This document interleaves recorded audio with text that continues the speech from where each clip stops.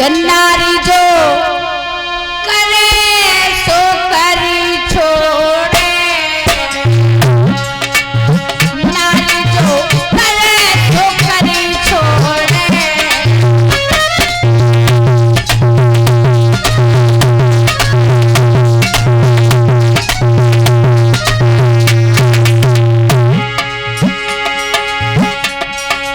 नारी जो करे सो करी छोड़े,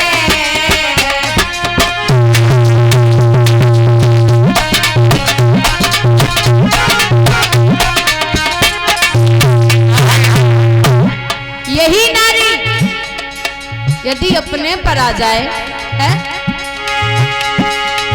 चाहे गरीब को अमीर बनाई दे, जो बड़े बड़े जोरे, और अपने पे आ जाए, चाहे नहीं सको भीख मंगाई दे, भरे भावना को। नारी जो करे सो करी छोड़े,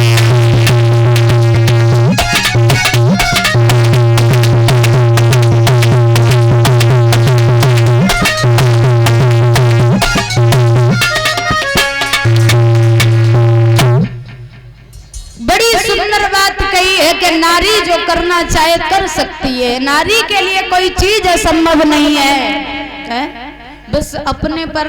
अब नारी के विचारों पर आधारित होता है कि वो क्या करना चाहती है, क्या बनना चाहती है?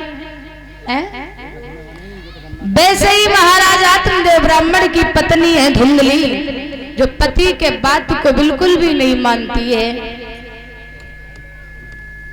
आत्मदेव ब्राह्मण के घर में किसी का संतान का जन्म नहीं हुआ, इसी बात से परेशान रहते हैं। एक दिन मन में विचार किया है कि लोग कहते हैं यदि संतान न हो वो व्यक्ति स्वयं तो नरक में जाता है, लेकिन अपने पूर्वजों को नरक में ले जाता है। विचार किया कि मैं स्वयं तो नरक में जाऊंगा, मेरे संतान ने जन्म नहीं लिया है आंगन में, और मेरे पूर्वज भी नरक में चले जाएंगे। मैं क्या करूं? मैंने दान पुण्य बहुत किए हैं, बहुत मैंने दान पुण्य किए, लेकिन मेरे संतान का जन्म नहीं हुआ है आंगन में। तो अब ऐसा करता हूं कि सारा राजपाट सब संसार छोड़ करके मैं भगवान के नगरी यानी अपनी आत्महत्या कर लेता हूँ, भगवान के चरणों को प्यारा हो जाता हूँ।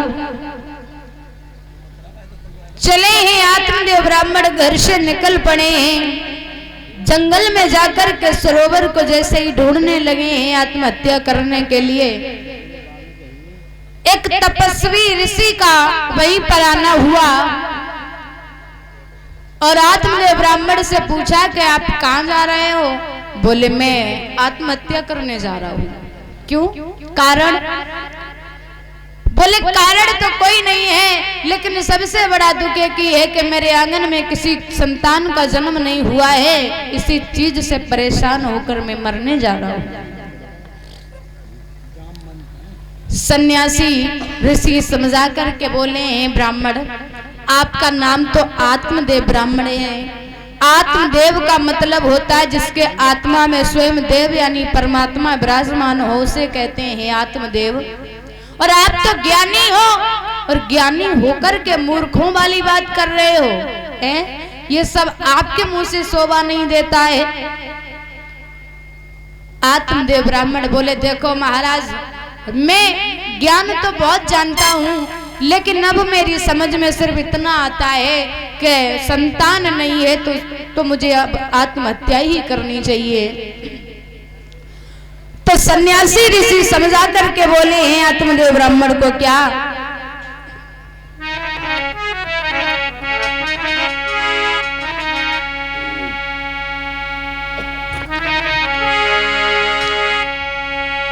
ये तो कर्मों की खेती है।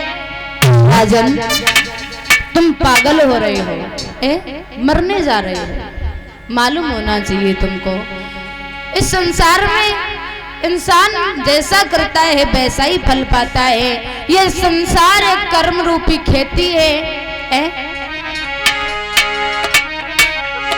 कि ये तो कर्मों की खेती है और जो बोएगा सो पाएगा।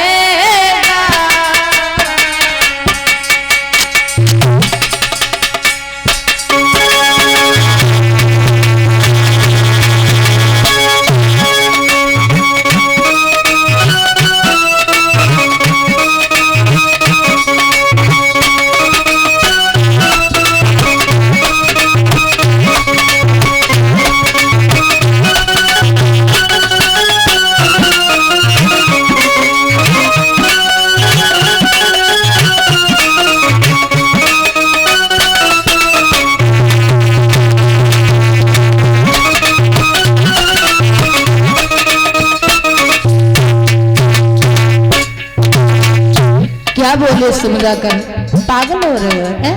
तुम्हें ज्ञान होना चाहिए। ये संसार कर्मों की खेती है, तुम पागल बन रहे हो।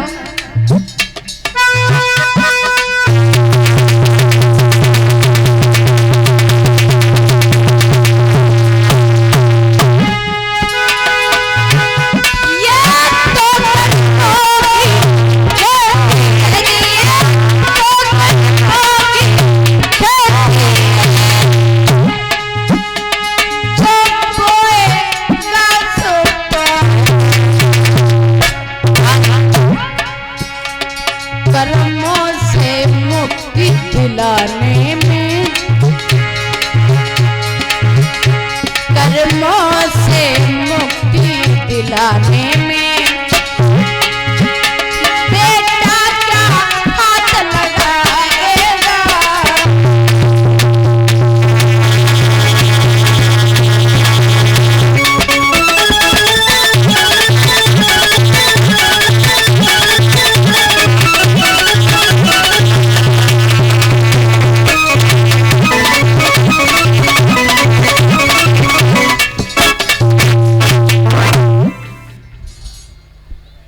महाराज आत्मदेव ब्राह्मण को समझाया, पागल मत बनो, ये जीवन एक कर्म रूपी खेती है। इस जीवन में आकर के व्यक्ति जैसा करता है वैसा ही फल पाता है। और तुम क्यों संतान के लिए मरने जा रहे हो? आत्मदेव ब्राह्मण बोले, ऋषिवर ये तो मैं जानता हूँ कि इंसान जैसा करता है वैसा ही फल पाता है, लेकिन मैं करूं तो क्या करूं? मैंने बहुत दान पुण्य आदि किए हैं, लेकिन फिर भी मेरे आंगन में किसी संतान का जन्म नहीं हुआ है। मेरे कुछ समझ में नहीं आता है। यदि आप कुछ उपाय कर सकते हो तो आप कोई उपाय बताओ जिससे मेरे आंगन में संतान हो जाए, वरना मुझे और कुछ नहीं सुनना है, मुझे सिर्फ आत्महत्या करनी है। वो ऋषि सन्यासी, उनका प्रताप, संत तो कुछ भी कर सकते हैं।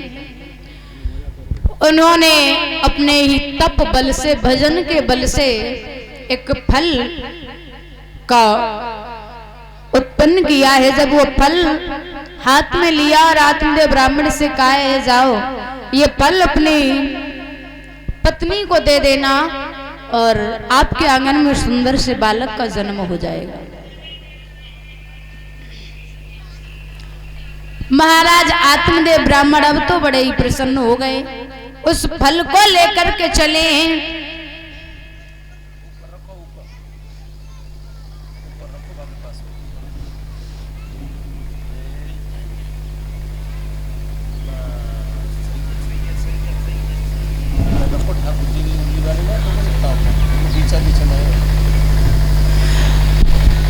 आत्मदेव ब्राह्मण फल लेकर के पहुंचे अपनी पत्नी के पास में। पत्नी से बुला करके कहा, है प्यारी धुंधली, देखो आज मैं एक फल लेकर के आया हूँ,